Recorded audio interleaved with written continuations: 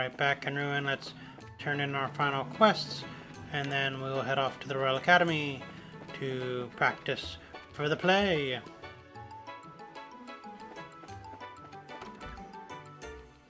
Let's just check the board. Everything's done. Report. Much obliged. You appear to have achieved your goals without injury. If you complete any jobs, be sure to give me all the details. Alright. That's that. Let's go to the Royal Academy now and continue on with the main storyline, which is to participate and practice a play.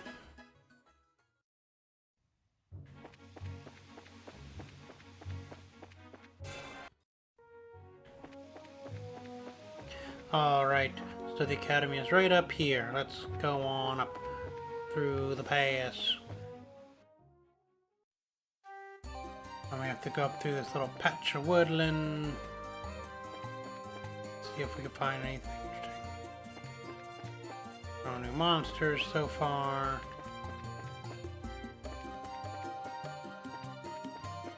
No treasure chests. Nothing too interesting. Looks like all stuff we've already dealt with.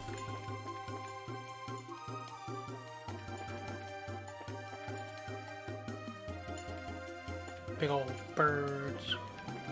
What's over here? Nothing. Nothing.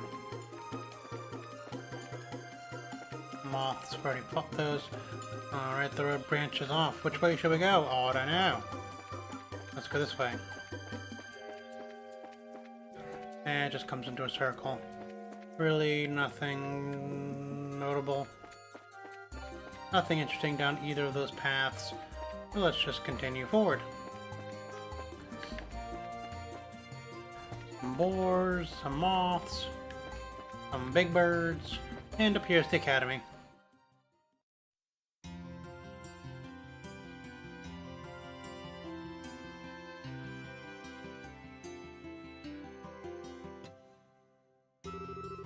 Wow, so this is the Royal Academy. I like it here. It seems so nice and relaxing. Perfect type of environment for studying, I'd say. Haha, well everyone's in class at the moment. It'll get pretty noisy if you just wait around a little while. We're having the campus festival soon. Ah, so I guess people are busy preparing for it. Correct. I want to introduce you to the head of the student council, but she's in class, so I'll take you to the dean's office first. Why, his office is on the first floor of the main building, to the right. Got it. Well, let's meet the dean then. Alright, let's go meet the dean. First floor of the main building, to the right, which is this one. That's the Academy Clubhouse. And that's not the building that we want. So it must be this one. Schoolhouse, maybe? First floor. Let's talk to the receptionist. Oh, hello, Chloe. Pardon me, Fauna. I just got back. Haha, welcome back. If you're looking for the dean, he just went to his office. He's been quite worried about you. Oh, alright. I'll go and see him now. Right. Dean's office? Faculty lounge. Dean's office? Yes. Hey, it's Dumbledore. I'm back, Dean Collins. Ah, hello, Chloe. And who might you be? It's nice to meet you, Dean. We're from the Bracers Guild. But you're so young. Very impressive indeed. Are you, by any chance, here because of the fire at the orphanage? Yes, actually. Chloe explains the entire situation surrounding the fire to Dean Collins. I see, that's terrible. I wish I could do something to help. Well, first, there's the matter of cheering up the children. Perhaps I could start there. Yes, sir. In that case, I will work on the play with Estelle and Joshua. I think that's a good idea. Estelle and Joshua, I wish you both the best. Do what you can. Yes, sir. To the best of our meager ability. I'm letting the head of the student council handle the matter of the play. Her name is Jill. She can tell you far more about it than I ever could. See about setting up dorm rooms for you. Dorms?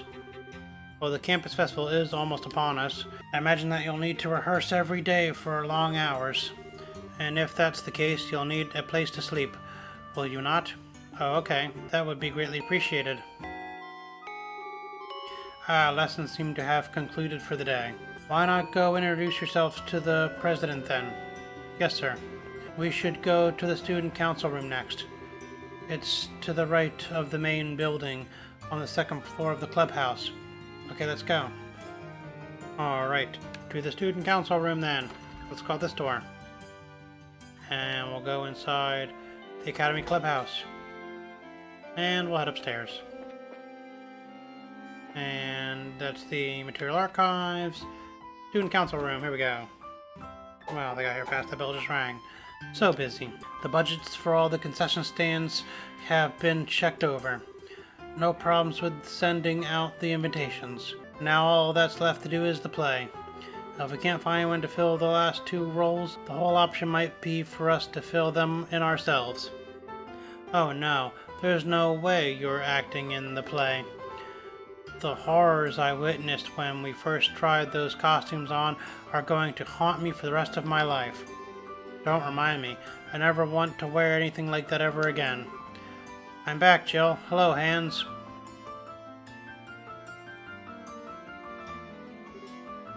Hello. I heard about the fire. It must have been awful. Were the matron and the kids all right? Yes, they're fine for now. The orphanage was burnt to the ground, though. I see. Well, try to keep your spirits up. Fretting won't do anyone any good. The best thing we could do is make the play something the kids can enjoy. Yes, Matron Teresa gave us the same advice, so we'll give it our best. With your help, I'm sure everything will turn out fine. I think I was stressing about it just a few minutes ago. Who are your friends? Nice to meet you. My name's Estelle. I'm Joshua. It's a pleasure to make your acquaintance. So, you must be the ones Chloe spoke of before. Haha, I told you I'd bring them here. They'll be helping too. Oh, that's a relief. I'm glad to meet you both. I'm Joe Redoner. I'm the head of the student council. I'll be directing the play. And I'm the vice president Hans. It's nice to meet you both. Likewise. Good to meet you too. You know? What? With bracers here, maybe we can incorporate stunts. Are you any good with a sword, Estelle? Well, my father mainly taught me on the staff, but I'm not hopeless, at least. Okay then, that settles it. You'll have a big sword fight with Chloe. Whoa, a sword fight? She means in the play, of course. There's a duel between the 2 knights at the climax of the play. It's a really powerful scene, perfect for the final act. We don't have any girls who can use a sword well enough to compete with Chloe, much less make it look good. She beat every guy in the fencing tournament and took the top spot. Oh wow, she actually beat Hans in the final match. Thanks for reminding me, Jill. It's not that I'm no good, it's just that Chloe is way better. I'm still only an amateur. I don't think I'd be any match for a professional like Estelle. And again with the modesty. But hey, if you need my help, I'm your girl. We can do it, Chloe. I'm sure we can, thank you. Haha, you know, a duel between 2 female knights ought to be pretty unique. Female knights? They're going to be playing the 2 male knights. Huh? That leaves us without a role for Joshua. Oh my, whatever shall we do? He deserves to play a crucial role in this. Yes, a crucial role. I think we may have just the part for him. What kind of play is this exactly? It's called Madrigal of the Right Magnolia. It's a famous story set in the time where there were nobles and commoners. The princess is courted by both a knight of royal blood and a commoner. In spite of their different social classes, the 3 have been friends since childhood. Sounds an awful lot like Romeo and Juliet. As you can imagine, this leads to complications between the nobles and the commoners. And there's a great happy ending to the whole thing. Ha, that sounds like fun. So then, why are the girls playing the guy roles? It's just something to make the production more interesting this time. Having guys and girls switch roles, that is. Really? Well, back in Shakespeare times, guys played girl roles and guy roles. They played all the roles. Wow, and the teachers are okay with this? End sexual discrimination. Be free of gender roles. Hell yeah. That's right. No more gender discrimination. No more genders. That's what this generation's all about, I think. At least there seems to be a lot of stuff like that. Anyway, put it in that light, the teachers love the idea. Personally, I just thought people would get a kick out of it. Jill, you're incorrigible. Yep, though she says she prefers the title Evil Genius. Ha ha ha, I'm totally up for this. Hey, hold on a second. From what you're telling me then, the crucial role you need me to play is... Yep, you're really doing us a massive favor here. Thank you for introducing us to such nice people, Chloe. Ha ha ha. I'm sorry, Joshua. Joshua's gonna play the princess. So, these are our costumes. I figured that if we're playing knights, we'd be all armored up. Well, armor and helmets won't work so well if we want people to see you act. That's why I decided to arrange things so you'd be dressed more like the Royal Guardsman. Oh, I get it. It's perfect for Chloe. She's petite. Haha, thank you so much. I think it suits you also. Haha, really? Say, why are we dressed in different colors? Because I'm playing the Azure Knight Oscar, and you'll be playing the Ruby Knight Julius. It makes the play more colorful. Ha, okay then. So what about Joshua? The object of your affection is the fair Princess Cecilia. Come on, Princess, this way. Wait, I'm not in the moment yet.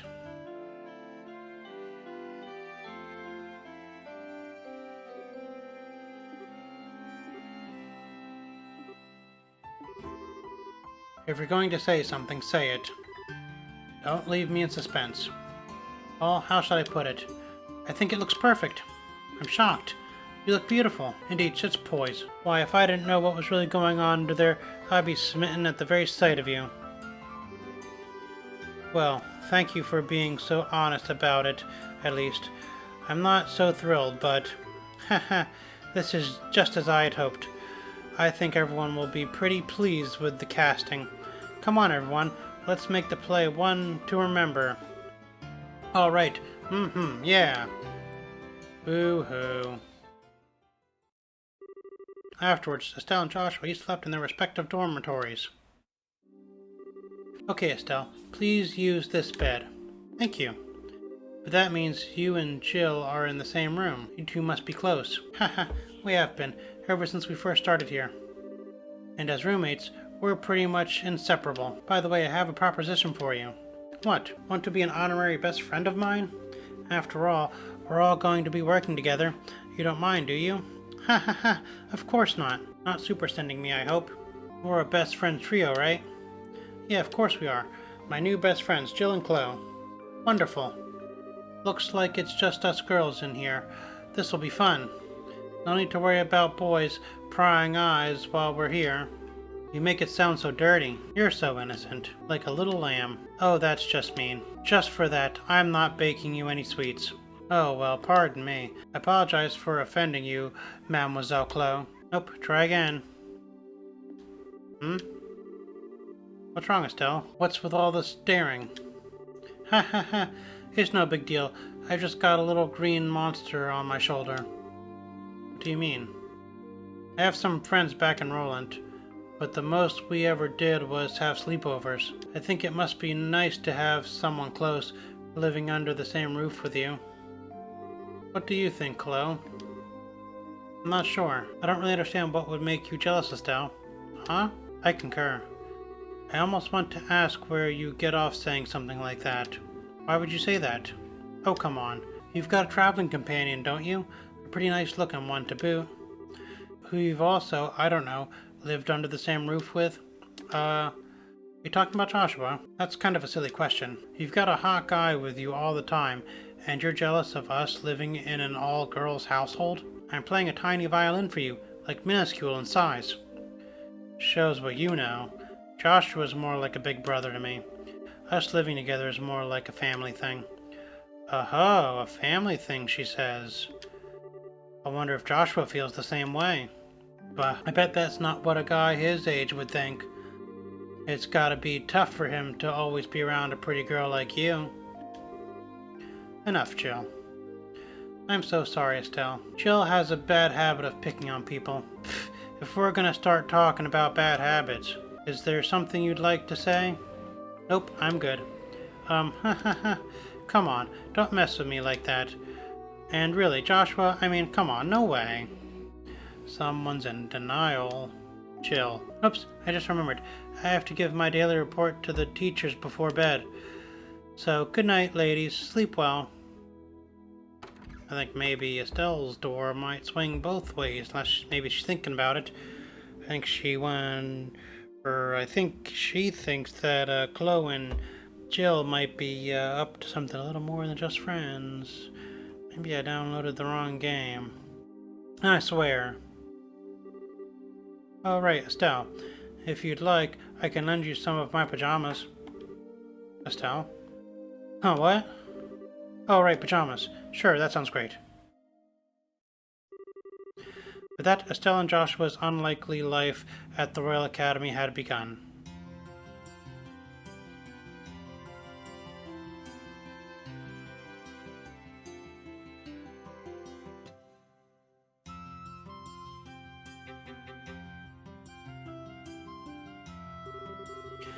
In the morning, they would wake up and go to school, just like the other students.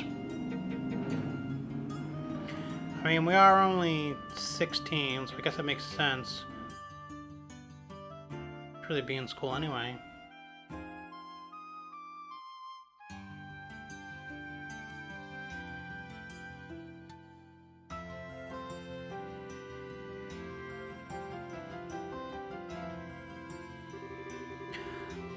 All throughout the morning, they attended lessons with the other students.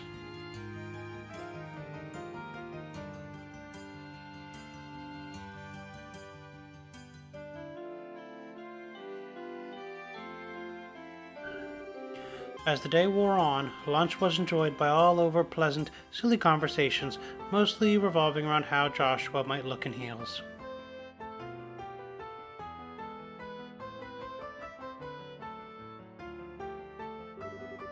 School was followed by the rigorous rehearsals that lasted late into the night. Everyone was having such fun that time seemed to fly by. And the day before the festival, my friend, I fear that this was inevitable. Perhaps fate always intended for us to meet in so base a fashion. Speak, that we may both be unburdened, if nothing else, for our beloved princess. We would cleave a path through fate with our own hands, but at this moment my words and her smile seem lost. Has fear clutched your heart, Oscar? But what is this passion that pierces me to the quick? Though I have no wish to fight you again, it would seem that I am left with little choice.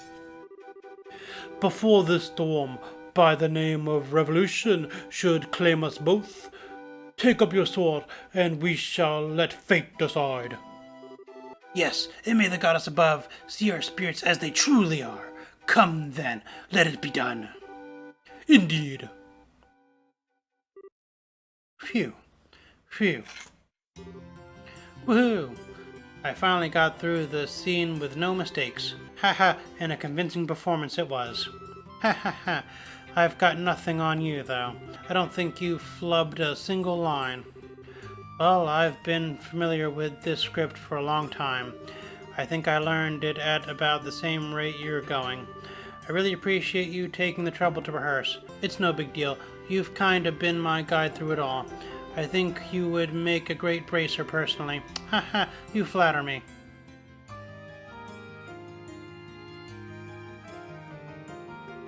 We finally do this for real tomorrow.